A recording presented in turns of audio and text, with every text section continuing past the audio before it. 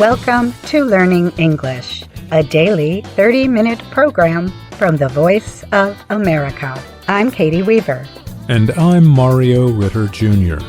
This program is designed for English learners, so we speak a little slower and we use words and phrases especially written for people learning English. On today's program, Brian Lynn tells the story of America's early rocket developer, Robert Goddard, on All About America. Andrew Smith reports on work in France on nuclear fusion, the power source of the sun. Anna Mateo and John Russell share expert advice on easing eye strain from computer screens. Then, Andrew returns with Jill Robbins to explain a tricky subject for many English learners: partitive nouns, on Lesson of the Day. But first, here is Brian with this story about Robert Goddard. Today, rocket launches and space missions are common, but in the early 1900s, space travel seemed like a dream. One of the most influential people in the field of rocket science was American Robert Goddard. The American Space Agency, NASA, describes Goddard as the father of modern rocket propulsion. Robert Goddard once said that the dream of yesterday is the hope of today and the reality of tomorrow. His scientific work gave hope to many dreams about space travel. He turned some of those dreams into reality. More than 100 years ago, Goddard carried out studies and tests of rocket engines. He developed and flew many rockets that got their power from solid fuels, chemicals that formed a hard substance. In 1925, he made and tested the first rocket engine using a soft chemical fuel. The next year, he successfully launched the world's first liquid fuel rocket. Many historians consider liquid fuel rocket flight to be as important as the first airplane flight by the American brothers Orville and Wilbur Wright. Goddard's work proved that machines could travel outside of Earth's atmosphere and into space. During his early research, he received money and support from the U.S. Smithsonian Institution. The Smithsonian published several reports about his efforts. One publication, called A Method of Reaching Extreme Altitudes, wrote about his search for ways to send weather recording instruments higher than balloons could fly. It described how he developed the mathematical theories for rocket flight. In that report, Goddard also suggested the possibility of a rocket someday reaching the moon. At the time, there was a big dispute in the press about this claim. Many people thought he was foolish for suggesting something that seemed so impossible. Many of Goddard's ideas are still used in rocket development. So, in a way, every rocket that flies today could be considered a Goddard rocket. I'm Brian Lynn.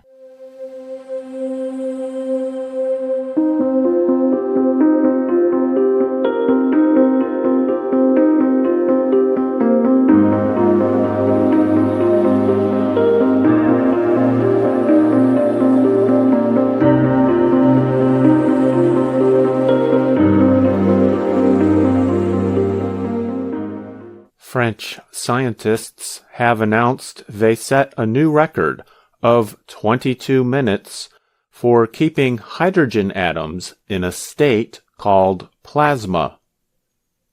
The team said their work marks an important step in the search for nuclear fusion methods that could produce massive amounts of clean energy in the future. France's Atomic Energy Commission, or CEA, said the experiment, carried out February 12th, showed the process kept, or maintained, a state of plasma for 1,337 seconds. The CEA added that the new record was 25% longer than the previous one, set in China last month. The aim of fusion research is to create the same kind of nuclear reaction that happens in the center of the sun. In a fusion reaction, the centers of two atoms fuse or join together to form a new atom with a heavier nucleus or center. This process releases large amounts of energy. Some experts say this means fusion could be a major source of clean, safe, and almost limitless energy in the future. However, because fusion happens at very high temperatures, it is difficult to control. The scientists in France used a machine called a tokamak to do their research. The machine is a circular ring with strong walls to resist intense heat. Inside the ring, hydrogen atoms are heated to temperatures up to about 50 million degrees Celsius. The process creates plasma that is held together by powerful magnets. Anne-Isabelle Etienvre is the CEA's head of fundamental research. She told the French news agency AFP, "The new record for making plasma shows that we control its production, but also its maintenance." However, Etienvre noted that there are still many technological barriers to overcome before fusion can produce more energy than it consumes. Scientists say that for nuclear fusion to succeed, hydrogen atoms will need to be heated up to more than 100 million degrees Celsius. At this extreme temperature, plasma can become unstable and difficult to control. This can lead to energy loss and limit how well a possible future nuclear fusion reactor could work. In the coming months, the research team will look to increase the time they can keep the atoms in a plasma state. They hope to bring the total time up to several hours combined. The CEA noted that in future experiments, scientists will also aim to heat the plasma to higher temperatures and examine the effects the hot plasma has on their testing machine. Teams from multiple countries are working together in southern France to build the world's largest tokamak and fusion research center, called ITER. The effort includes scientists from the United States, China, the European Union, India, Japan, South Korea, and Russia. The teams hope the current research on maintaining plasma will be useful for future projects at ITER. However, AFP reports that repeated delays and increasing costs have postponed operations at ITER until at least 2033. I'm Andrew Smith.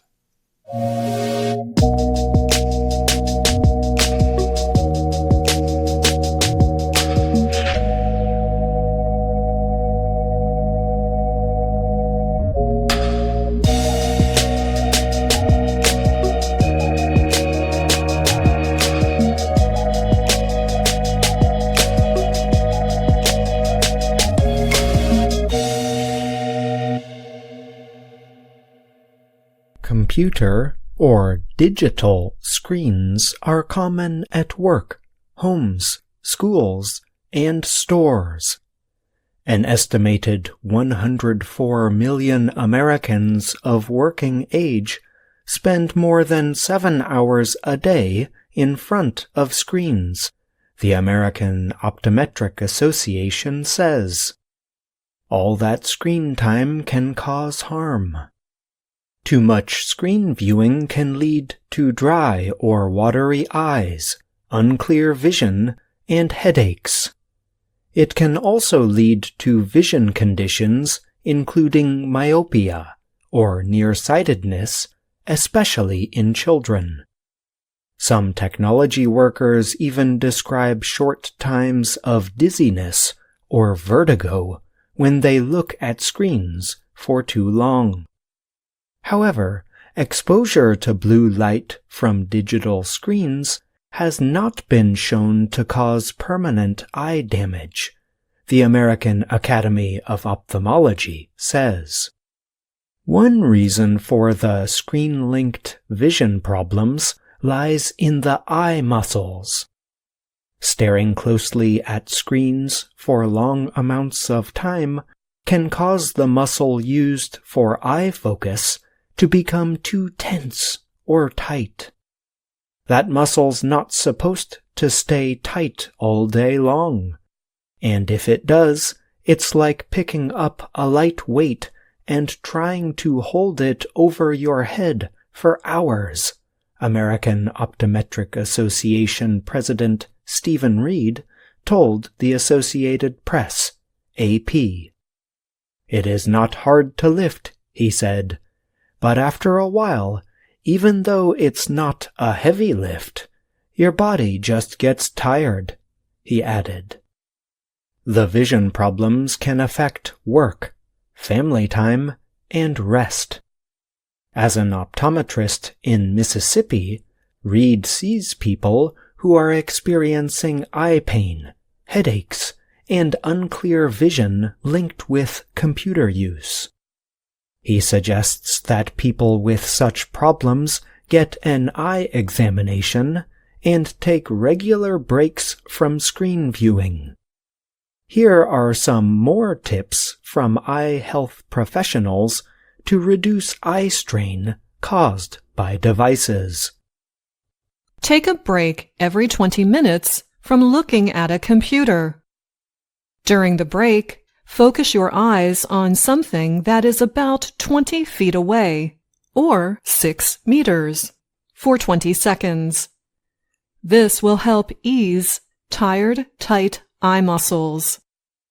Luckily, eye strain is temporary, said Raj Maturi, an eye doctor or ophthalmologist at Midwest Eye Institute in Indianapolis, and spokesperson for the American Academy of Ophthalmology.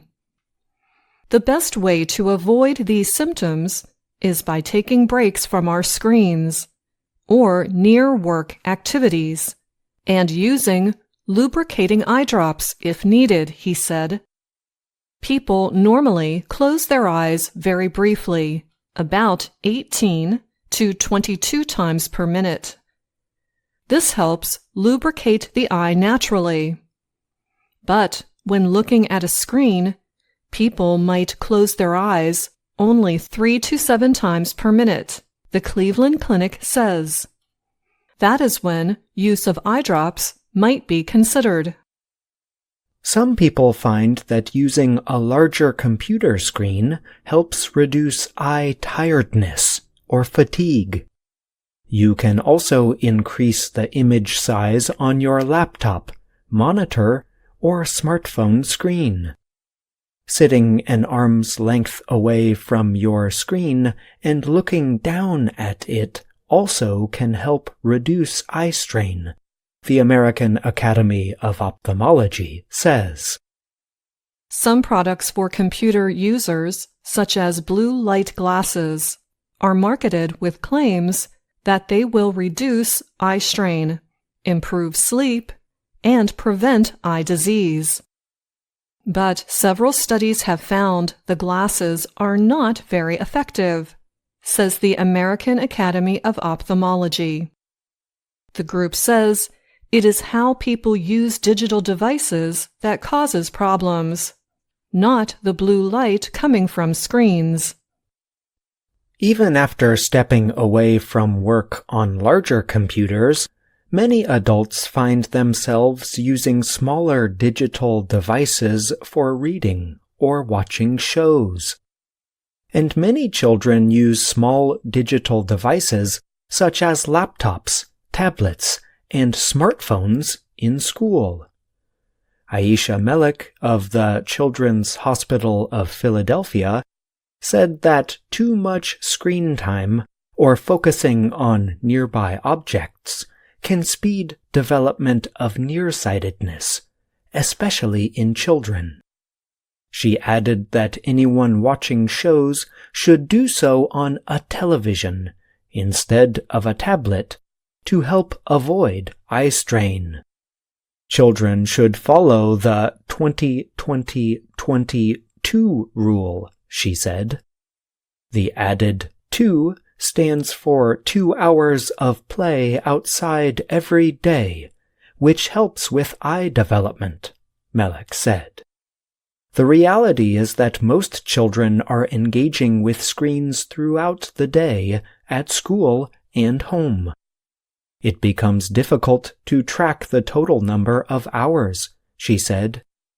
Aim for not more than 20 minutes during any one session. The blue light that digital screens release can increase a person's alertness, experts say. As a result, their use might make it difficult to fall asleep or sleep well. To give your eyes and brain the rest they need, doctors suggest turning off screens 1 to 2 hours before going to sleep. You can also change the setting on digital devices to lower screen brightness. If you are used to watching videos at night, try listening to an audiobook or podcast instead. I'm Anna Mateo. And I'm John Russell. VOA Learning English has launched a new program for children. It is called Let's Learn English with Anna. The new course aims to teach children American English through asking and answering questions and experiencing fun situations. For more information, visit our website, learningenglish.voanews.com.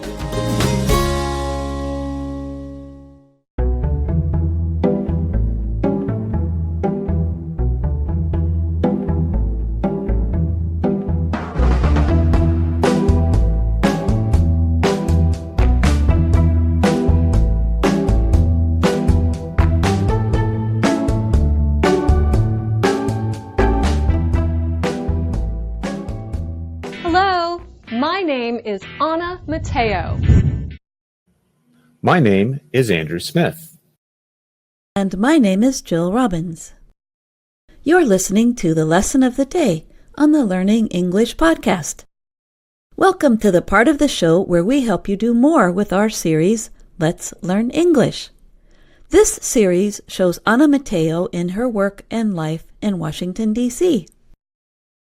In lesson 35 of the series, Anna and her roommate Marcia are having some friends over for dinner. Let's listen. Hi there! Washington, D.C. has many fun places to eat, but sometimes it's more fun to cook. In fact, tonight, Marcia and I are cooking for friends. Well, she is cooking, I am doing the shopping. Marcia. Hi, Marcia. Hi, Anna. Do you have the shopping list? Yes, I told you. I have the shopping list. Can you hear it? Okay, good. I hear the list. Anna, please buy all the ingredients on the list. Yes, Marcia, I will. And do not spend too much time shopping. No, Marcia, I won't. See you later. It's always a good idea to bring a shopping list to the store. They say if you stick to your list, you will save money because you won't just buy things that look good. Oh, do you mean impulse buying? I know. When I go to the store, they always have the cookies and cupcakes right at the front. They're the first thing you see when you walk in, and they look so tasty. But if they're not on your list, just pass them by. Impulse buying something without thinking about it too much, can be hard on your food budget. Anyway, Anna has her list. Let's find out if she was able to get everything they need to make dinner for their friends.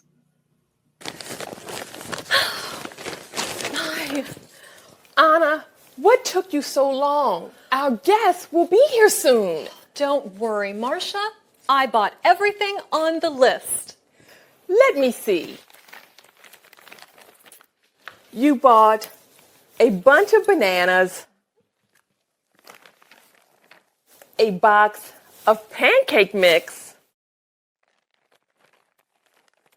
a bag of coffee. Anna, this is all wrong. What do you mean wrong? I bought a jar of peanut butter and a loaf of bread. No, wait. 2 loaves of bread. Anna, these are the wrong ingredients. These ingredients are all on the list. I took this list from the counter. Anna, this is the shopping list for breakfast. I said, take the shopping list on the refrigerator for dinner. Marcia, there was no shopping list on the refrigerator for dinner. Oh no! It's on the floor!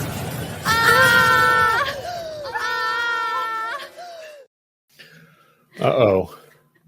I can tell this will be an interesting dinner. Did you notice all the partitive nouns in that part, Jill? I did. I think we should explain. We use partitive nouns to talk about a quantity of something. Together with another noun, they tell us how much of it there is. So Marcia said, You bought a bunch of bananas, a box of pancake mix, a bag of coffee. Anna, this is all wrong. So the partitive structures there are a bunch of bananas. Bunch is the partitive noun.